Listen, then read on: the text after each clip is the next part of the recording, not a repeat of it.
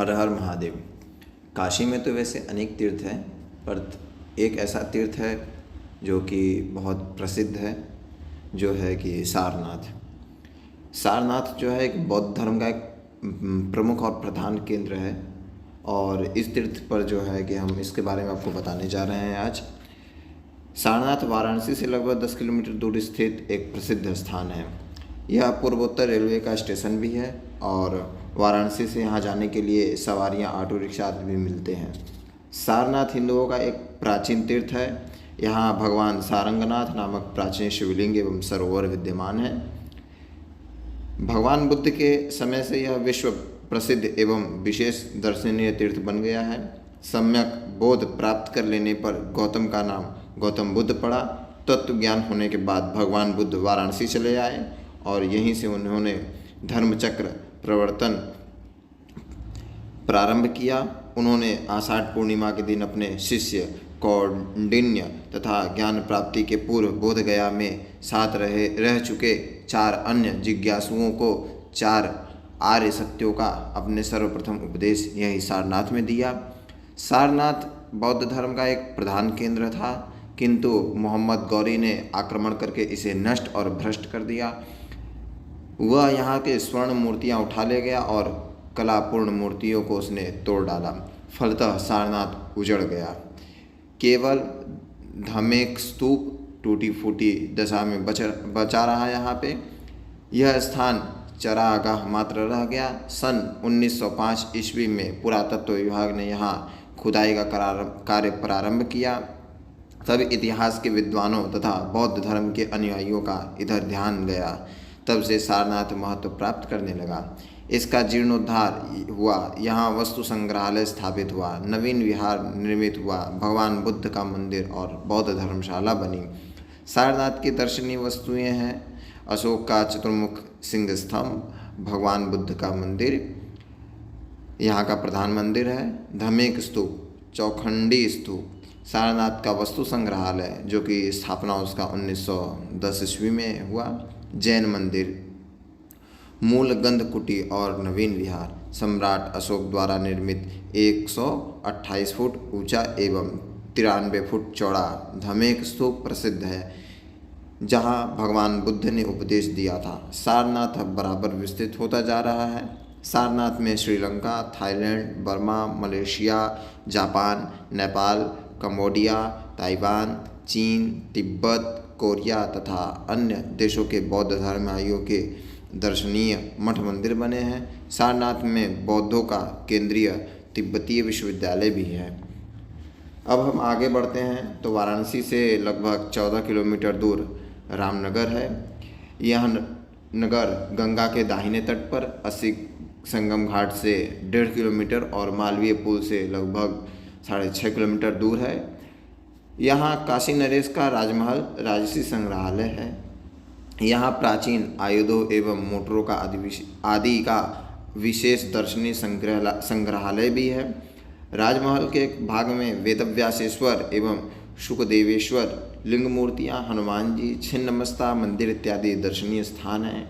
यहाँ राजमहल से 1.5 किलोमीटर दूर पे लगभग महाराजा श्री चेत सिंह द्वारा सन 1770 ईस्वी में बनाया गया एक विशाल सुमेरु दुर्गा मंदिर एवं विशाल सरोवर है। श्री दुर्गा जी का यह मंदिर कला की दृष्टि से भी उच्च कोटि का समझा जाता है। आश्विन मास भर यहाँ रामलीला होता है, जो बहुत प्रसिद्ध है। यह रामनगर की रामलीला नाम से सर्वविख्यात है। यहीं पास ही व्यासपुर ग्राम में पौराणिक महत्व का वेदव्यासेश्वर नामक एक प्राचीन शिवलिंग भी है। वेदव्यासेश्वर का मूल शिवलिंग यहीं है। एक बार काशी में व्यास जी को जब 6 माह तक भिक्षा नहीं मिला, तब उन्होंने क्रोधित होकर नगर को शाप दे दिया था। यहाँ 3 पीढ़ी तक लोगों को विद्या नहीं रहेगी, 3 पीढ़ी तक धन नहीं रहेगा और 3 पीढ़ी तक मित्रता स्थिर नहीं रहेगी। ये मत्स्य पुराण में लिखा हुआ है। तब भगवान जो है विश्वनाथ और भवानी अन्नपूर्णा ने उन्हें सुस्वादु भिक्षा प्रदान की। भिक्षा प्राप्त करके हुए अत्यंत प्रसन्न हुए और शिव पार्वती की वंदना करते हुए कहने लगे, हे विशाल नेत्रों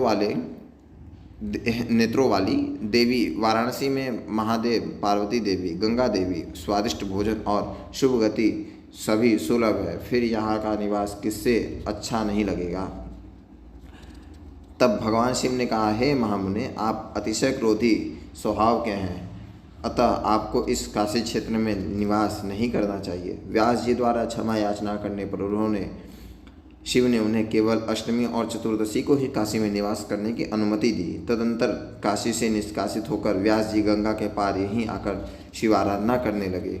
यहाँ काशीवास की कामना से माघ मास में दर्शन का विशेष महात्म्य है। माघ मास भर यहाँ प्रतिदिन मेले सा आयोजन दृश्य लगा रहता है। फिर वाराणसी से लगभग 40 किलोमीटर दूर जिला मिर्ज़ापुर अंतर्गत यहाँ विख्यात चुनार दुर्ग योगीराज भर्तृगृह की समाधि, दुर्गाखोन नामक देवी पीठ, एक सूर्य घड़ी, विशाल कूप इत्यादि दर्शनीय स्थान हैं। यहाँ का लाल बलुआ पत्थर प्रसिद्ध है। फिर वाराणसी से लगभग 80 किलोमीटर दूर मिर्ज़ापुर में यहाँ गंगा के तट के निकट श्री विंध्यवासिनी देवी का प्रसिद्ध प्राचीन मंदिर प्रमुख है। यह श्री विंध्यवासिनी देवी से अष्टभुजा देवी और कालिखो के बीच बनने वाले पवित्र शक्ति त्रिकोण का विशेष महात्म्य है। शक्ति साधना परंपरा में इस त्रिकोण यात्रा का विशेष महत्व है। वाराणसी से लगभग 70 किलोमीटर दूर चंद्रप्रभा नामक स्थान प्राकृतिक दृश्यों से भरपूर एवं वन सौंदर्य से संपन्न है। यहाँ राजदरी एवं देवदरी नामक दो विशाल जलप्रपात मतलब झरना दर्शनीय है। मार्कंडेय महादेव वाराणसी से लगभग 30 किलोमीटर दूर गंगा तट के निकट ग्राम कैथी में स्थित पौराणिक शिवलिंग एवं विशाल मंदिर प्रसिद्ध है। अब नवनिर्माण के बाद यह स्थान अधिक विस्तृत और दर्शनीय हो गया है। वाराणसी से लगभग 20 किलोमीटर दूर शूलटंकेश्वर महादेव गंगा तट के निकट ही ग्राम माधोपुर में स्थित प्राचीन पौराणिक शिवलिंग एवं मंदिर प्रसिद्ध है। वाराणसी से लगभग 10 किलोमीटर दूर कंदवा पंचकोसी परिक्रमा 5 पड़ाव में प्रथम पड़ाव जिसको कहा जाता है। यहाँ कर्दमेश्वर महादेव का प्राचीन मंदिर विख्यात है। वाराणसी में यह एकमात्र 1000 वर्ष से अधिक प्राचीन मंदिर है जो मंदिर विध्वंस करने वाले विधर्मी आक्रमणकारियों की दृष्टि से सदैव बचा रहा और भगवत कृपा से आज भी प्राचीन काल की वास्तुकला का साक्षी बना है। कर्दमेश्वर महादेव के साथ ही यहाँ कर्दमकुंड नामक विशाल सरोवर, कर्दमकूप, सोमनाथेश्वर, विरूपाक्षगण, नीलकंठेश्वर, सोमेश्वर आदि काशी खंडोक्त विग्रह भी विद्यमान है। इनके अतिरिक्त यहाँ वराह, नृसिंह, विनायक इत्यादि कुछ अन्य प्राचीन मूर्तियाँ भी समीप में बने मंदिरों में स्थित है। भीमचंडी वाराणसी से लगभग 22 किलोमीटर दूर भीमचंडी पंचकोसी परिक्रमा के 5 पड़ावों में द्वितीय पड़ाव है।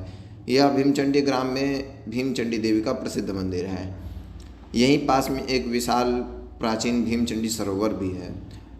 उसके साथ ही यहाँ भीमचंड विनायक, गंधर्व सागर तीर्थ, गंधर्वेश्वर, रवि रक्तांश गंधर्व, नरकाणावतारण आदि काशी खंडोक्त विग्रह भी विद्यमान है। इनके अतिरिक्त यहाँ काली जी, शीतला जी, परशुराम जी इत्यादि कुछ अन्य प्राचीन मूर्तियाँ भी समीप में बने मंदिरों में स्थित हैं। भीमचंडी ग्राम की ओर जाते समय मार्ग में एक विशाल सरोवर जिसका नाम आज के समय में राजा तालाब एवं उसी के तट पर स्थित विशाल शिव मंदिर दर्शनीय है। दोनों का ही निर्माण काशी नरेश ने करवाया। वाराणसी से लगभग 21 किलोमीटर दूर रामेश्वर महादेव का जो मंदिर है वो पंचकोसी परिक्रमा के पाँचों पड़ाव में तृतीय पड़ाव है। यहाँ वरुणा नदी के तट पर रामेश्वर ग्राम में भगवान राम द्वारा स्थापित रामेश्वर महादेव का प्राचीन शिव मंदिर है। रामेश्वर ग्राम में सोमेश्वर, भरतेश्वर, लक्ष्मणेश्वर, शत्रुघ्नेश्वर, द्यावा भूमीश्वर, नहुषेश्वर आदि काशो खंडोक्त एवं कुछ अन्य प्राचीन विग्रह भी विद्यमान हैं। वाराणसी से लगभग 8 किलोमीटर दूर शिवपुर नामक एक स्थान है जो पंचकोसी परिक्रमा के 5 पड़ावों में चौथा पड़ाव है। यहाँ द्रौपदी देवी, द्रौपदीश्वर, युधिष्ठिरेश्वर, भीमेश्वर, अर्जुनेश्वर, नकुलेश्वर, सहदेवेश्वर, कृष्णेश्वर, परीक्षितेश्वर, कुंतीश्वर आदि पौराणिक शिवलिंग स्थित हैं। वाराणसी से लगभग 7 किलोमीटर दूर कपिलधारा पंचकोसी परिक्रमा के 5 पड़ाव में अंतिम पड़ाव है। यहाँ शिव गया तीर्थ, वृषभध्वजेश्वर आदि काशी खंडोक्त एवं अन्य प्राचीन विग्रह विद्यमान हैं। कपिलधारा के समीप कोटवा ग्राम में ज्वालामाली नृसिंह स्थित है। वर्णा संगम एवं आदि केशव यहाँ से बहुत समीप है।